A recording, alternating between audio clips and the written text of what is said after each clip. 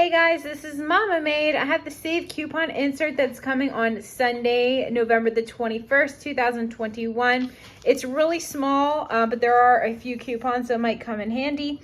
Here we have the Friskies treats, 2 off of 2 or 3 off of 3.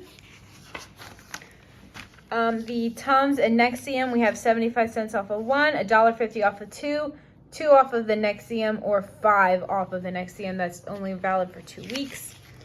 This Gaviscon, $1.50 coupon. CeraVe coupons, 3 off of 1, 4 off of 1 baby, 3 off of 1 skin renewal. I have been getting baby CeraVe CRTs at CVS, so maybe that will make for a good deal.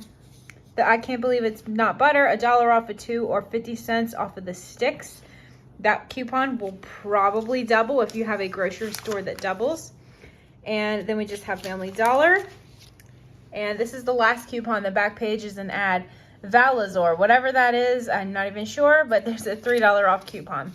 All right, guys, so that's it that's coming in my save insert. Keep in mind that inserts can vary per region. And I do get these in my mailbox. That's how I have access to them early. All right, guys, that's it. Thanks for watching.